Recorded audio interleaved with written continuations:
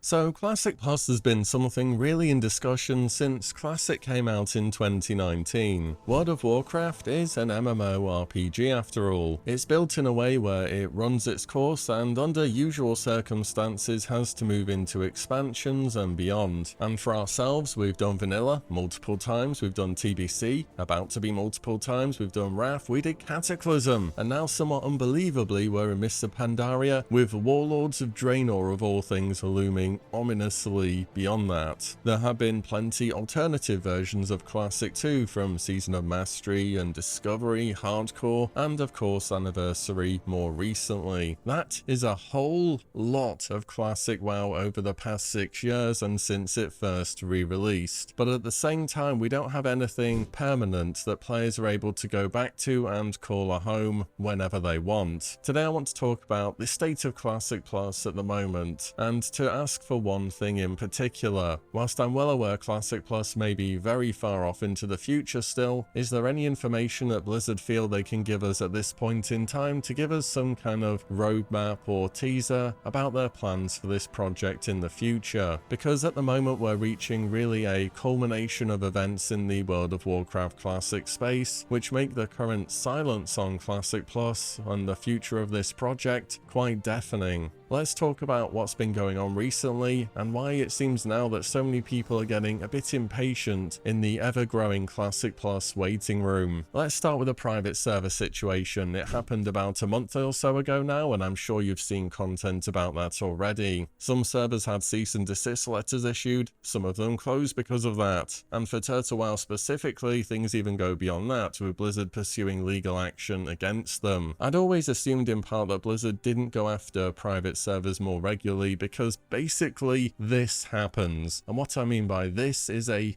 massive amount of news coverage and free advertisement for said server, whilst also making Blizzard look like the bad guy in this scenario. And I want to talk about the intention behind Blizzard going after these servers now, instead of focusing on the legal side of things here. For the legal side, honestly, we'll see what ends up happening, but you may be surprised to learn I am in fact not an expert on international copyright law. Private servers were one of the biggest reasons that Classic happened in the first place, there is no denying it. It was a proof of concept beyond reasonable doubt that there was a tremendous amount of people that were super invested in the idea of going back to how World of Warcraft started on day one. There was of course the question asked to Blizzard at that panel pre-Warlords of Draenor in 2013, and there was the infamous reply too of "You think you do, but you don't" by J. Allen Brack. And Brack also did the presentation for Classic's official release at BlizzCon 2017 as well. Bit of a twist of fate there. Plenty of vanilla servers have existed over the years, and especially they did back then, but one at that point in time grew far beyond the size of the others, and it was called Nostarius. They posted up some crazy stats upon their closure with 150,000 active accounts, 3.2 million characters created, and a team of 30 people, which they say was just a bit smaller than Blizzard's original team, helping out to form the game. But they only got to the point of sending a cease and desist letter to them, threatening further legal action if they didn't follow those orders, and Nostarius would end up closing in 2016. Following its closure, thousands of players were left without a home that they had enjoyed through this private server, and back then that home they wanted was just plain old vanilla World of Warcraft. This was when the demand for Classic began to really ramp up, with a petition started by the Nostarius developers, and said petition being formally presented by an original WoW dev, Mark Kern. As we now know, the petition ended up being successful, with about 280,000 people having signed it. Then of course eventually Classic WoW dropped in September of 2019, so quite some time later really. The reason I'm going over this history lesson is because, as it often does, history is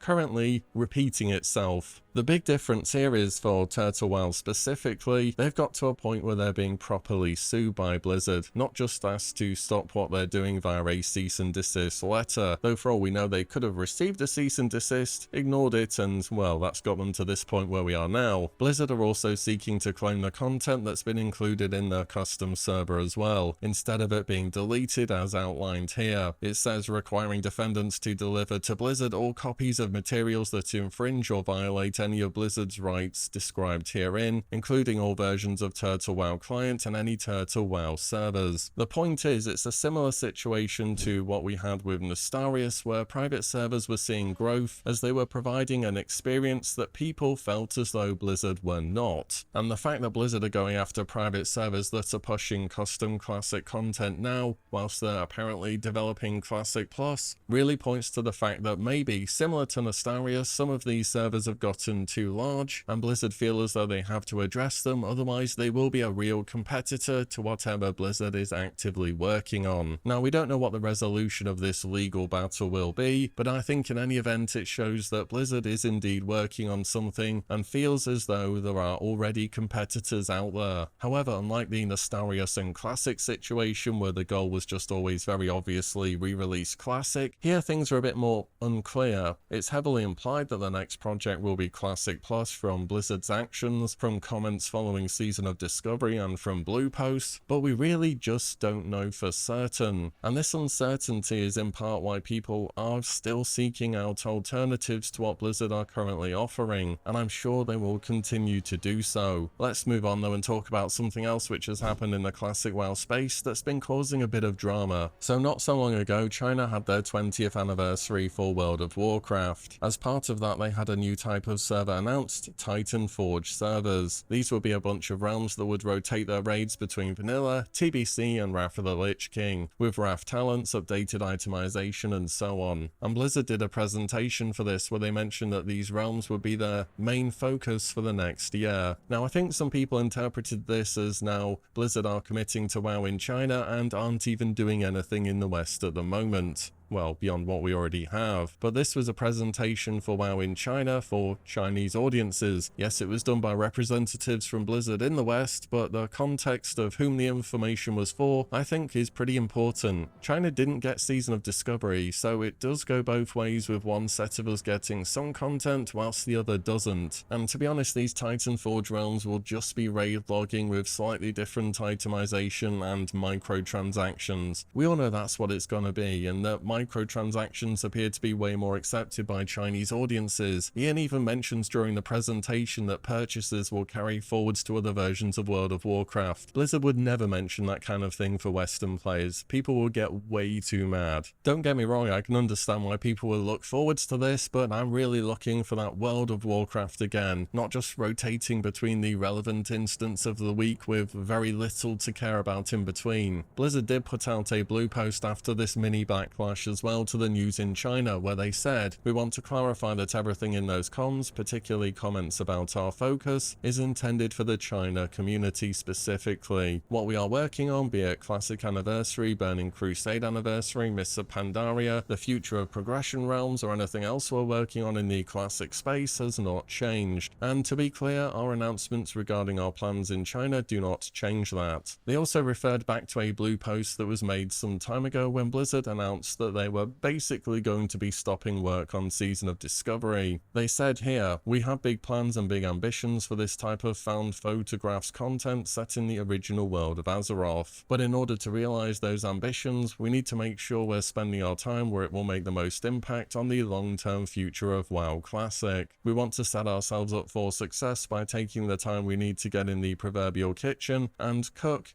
iterate on, and shape our ideas and lessons learned from Season of Discovery into something truly exciting." Season of Discovery was always meant to be an ephemeral seasonal experience, and whilst it became so much more for a time, we're extremely excited about things we're working on in the future. You may also remember at the end of Season of Discovery, they gave all characters a free boost to Mists of Pandaria realms who had defeated the first boss in the Scarlet Enclave. This meant people could get straight up to 85 in the hope that they would start playing MOP for its duration, and that would be enough to tie people over until there was further announcements on what's happening with Classic Plus. Then again, there are also Anniversary realms that have just gotten Phase 6, which is Nax Ramus, meaning TBC early 2026 right now is looking very likely. Blizzard are also in a spot here where they could re-release TBC Anniversary on January 16th, which would be the same day it came out in 2007. Could definitely see them doing that. And whilst this is all great if you're enjoying either of these options, I feel as though a pretty sizable number of players,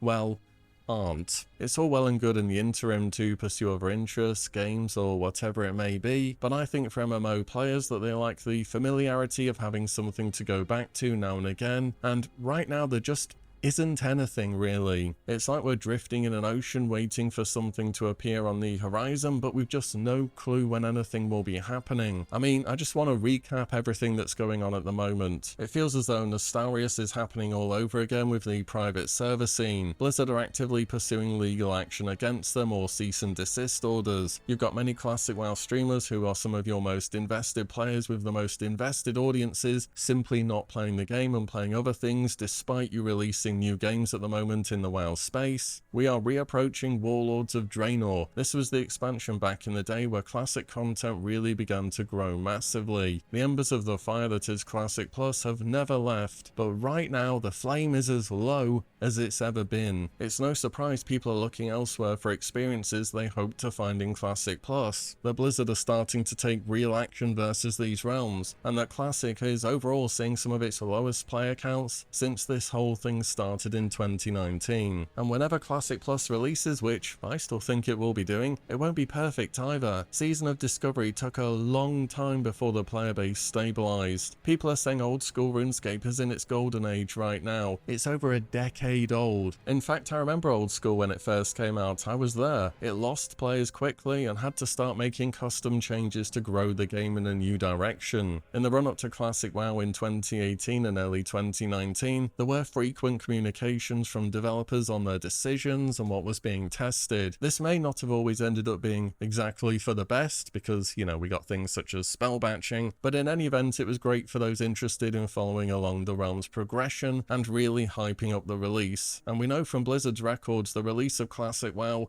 was one of the biggest successes they have ever had, and I think Classic Plus can be on that level. But at the moment as it is, we are waiting. We're waiting to see what's been in the works for who knows how long now, and to find out what the next big chapter for Classic WoW will be. As mentioned at the start, we really don't expect any big news for Classic this year with Anniversary and Mists of Pandaria, and on retail you have the Midnight Alpha that's just started. On top of that, there's no big Blizzard event this year such as BlizzCon to announce things at. But if there's any chance of a teaser, a roadmap, or just really anything to keep Classic Plus interested players in the loop, then I hope that the time for announcing things is sooner rather than later. I am well aware it's likely to be as far away as BlizzCon 2026 for an official announcement, and I am expecting to be waiting until then. But with everything that's happening in the WoW Classic space at the moment, that waiting room is pretty massive, and it's only going to grow between now and then. But for Blizzard, hopefully the time to share a bit more information about what's going on behind the scenes is preferably